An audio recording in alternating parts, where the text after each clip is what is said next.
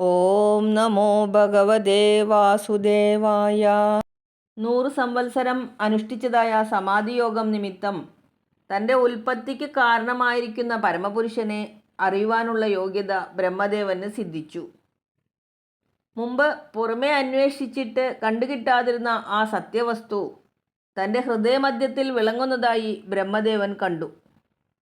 പ്രജകളെ ജനിപ്പിക്കാൻ മനസ്സിരുത്തിയവനും രജോഗുണത്താൽ വ്യാപിക്കപ്പെട്ടവനുമായ ബ്രഹ്മദേവൻ ഭഗവാനെയും താമരപ്പൂവിനെയും പ്രളയജലത്തെയും വായുവിനെയും ആകാശത്തെയും കണ്ട ഉടനെ ലോകത്തിൻ്റെ കാരണമായിരിക്കുന്ന ഭഗവാൻ ഇദ്ദേഹം തന്നെയെന്ന് നിശ്ചയിച്ച് ആ ഭഗവാനിൽ മനസ്സിനെ ഉറപ്പിച്ചു.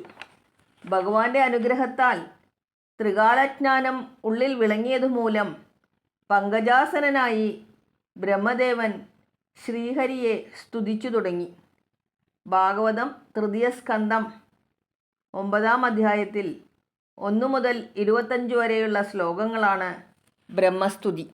ബ്രഹ്മോവാച ജ്ഞാതോസി മേദ്യ സുചിരാനനുദേഹഭാജാം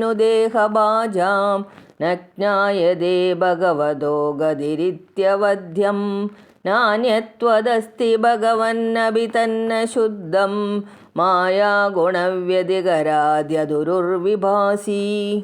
ഇപ്പോഴറിഞ്ഞേൻ ഭവാനെച്ചിരാലിവനിപ്പാരിലാരുമറിയാ ഭവദ്ഗതി. ദോഷമാണായതു ദേഹികൾക്കൊക്കെയും ഈശാ ഭവാനൊഴിഞ്ഞൊന്നുമില്ലന്യമായി. കാണുന്നതെല്ലാം ഭവദ്രൂപഭേദങ്ങളാണെങ്കിലും പരിശുദ്ധമല്ലൊന്നുമേ. മായാഗുണബന്ധമൂലം ബഹുരൂപനായി ഭവാൻ വിളങ്ങിയിടുന്നു നിർണയം. ഭഗവാന്റെ ദർശനം മൂലമുണ്ടായ സന്തോഷത്തെയും ഈ സന്തോഷം അനുഭവിക്കാത്തവരെക്കുറിച്ചുള്ള സന്താപത്തെയും കാണിക്കുന്നു. ഹേ ഭഗവൻ, ബഹുകാലം ചെയ്ത തപസ്സിൻ്റെ ഫലമായി എനിക്കിപ്പോൾ ഭഗവാനെ അറിയുവാൻ സാധിച്ചു. ഈ ദർശനം ലഭിക്കാതിരിക്കുന്നതാണ് ശരീരമെടുത്തവർക്കുള്ള മഹാദോഷം.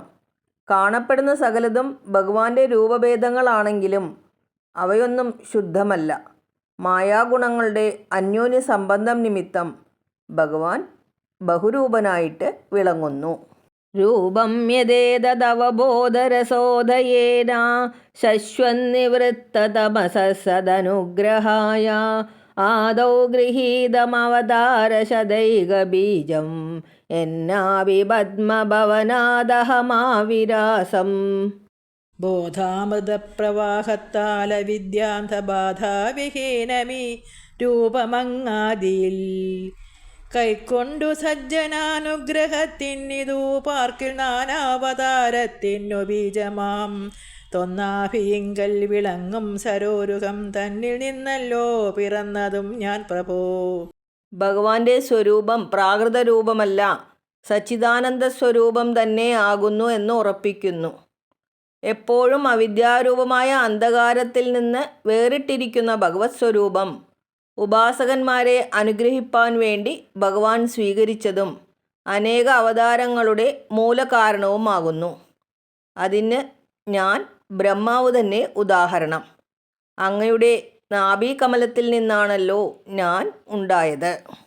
നാദപരംപരമയദ്ഭവതസ്വരൂപം ആനന്ദമാത്രമവികൽപമവിദ്ദവർച്ചഃ പശ്യാമി വിശ്വസൃജമേകമവിശ്വമാത്മൻ ഭൂതേന്ദ്രിയാത്മകമതസ്ഥ ഉപാശ്രിതോസ്മി.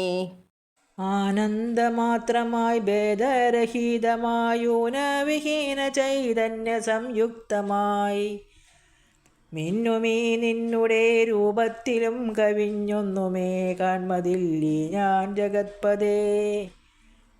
ലോകവിലക്ഷണമായി ലോകഹേതുവായി ഏകമായി ഭൂതേന്ദ്രിയാത്മകമായിടും നിന്തിരൂമേനിതൻ ശ്രേഷ്ഠമാമീ രൂപമന്തരമെന്നെയുപാശ്രയിക്കുന്നു ഞാൻ.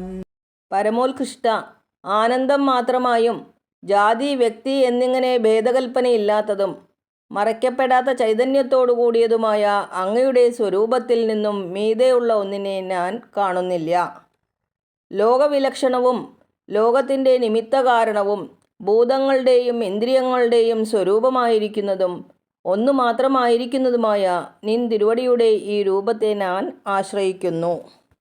തദ്വായിദം ഭുവനമംഗളമംഗളായ ധ്യാനേസ്മനോദർശിതം തൗപാസകാനാം തസ്മൈ നമോ ഭഗവതേനു വിധേമ തുഭ്യം യോ നാദൃതോ നരകഭാഗ്ഭിരസത്പ്രസംഗൈഃ. മംഗളാത്മാവേ ഭഗവൻ ശുഭത്തിനായങ്ങേയുപാസകന്മാരായിടൂമിവർ ധ്യാനിക്കവേ ഭവാൻ കാട്ടുവതാമിച്ഛിദാനന്ദരൂപമസത്സംഗമത്തിനാൽ ശീലം ദുഷിച്ചു നരകത്തിലേക്കു താൻ കാലുവയ്ക്കും ദുർമതികൾ മാനിച്ചിടാ. ഞങ്ങളെയേ ഭഗവാനെ ഭവാന്റെ ഈ മംഗളരൂപത്തെയാ നമിക്കുന്നിതേ. ലോകമംഗളസ്വരൂപനായ ഹേ ഭഗവൻ, അങ്ങയുടെ ഉപാസകന്മാരായ ഞങ്ങളുടെ ശ്രേയസ്സിനായി ധ്യാനത്തിൽ കാണപ്പെട്ട ഈ രൂപം വേദത്തിൽ പറഞ്ഞിട്ടുള്ള ആ പരമാർത്ഥ സ്വരൂപം തന്നെ. അസത്തുക്കളോട് ചേർച്ചയുള്ളവരായ നരകത്തെ അനുഭവിക്കാൻ പോകുന്നവർ അങ്ങയെ ആദരിക്കുന്നില്ല. ജ്ഞാനപരിപൂർണനായ നിൻ തിരുവടിയെ നിരന്തരം നമസ്കരിക്കുന്നു. ഏതു ത്വദീയ ചരണാംബുജകോശഗന്ധം ജിഗ്രന്ഥി കർണവിവരൈശ്രുതിവാദനീദം ഭക്ത്യാ ഗൃഹീതചരണഃ പരയാ ച തേഷാം നാപൈഷി നാദഹൃദയാംബുരുഹാ സ്വപുംസാം. വേദാനിലനടുത്തെത്തിച്ചിടും തവ പാദാബ്ജഗന്ധം ശ്രവണങ്ങൾ മാർഗമായി ക്രാണിക്കുവോൻ പ്രേമവായ്പാലൊരിക്കലും ചേണാളുമപ്പാദ പത്മം മറന്നിടാ. അങ്ങും തദന്തരംഗത്തെ വിടുന്നതില്ലങ്ങനെ തന്നെ ഭഗവത് ഭക്തന്മാർ ഭഗവാനോട് ചേരുന്നു, കൃതാർത്ഥന്മാരാകുന്നു എന്നതിനെ പറയുന്നു. വേദങ്ങളാകുന്ന കാറ്റിനാൽ സമീപം പ്രാപിക്കപ്പെട്ട നിൻ തിരുവടിയുടെ പാദപത്മഗന്ധത്തെ ശ്രോത്രദ്വാരങ്ങളിൽ കൂടെ ഘ്രാണിക്കുന്നവർ പരമഭക്തിയാൽ ആ പാദത്തെ ഒരിക്കലും മറക്കുന്നില്ല. ഭഗവാനും ആ സ്വജനങ്ങളുടെ ഹൃദയകമലത്തെ വിട്ടുപോകുന്നില്ല. ശ്രീഹരയേ നമഃ.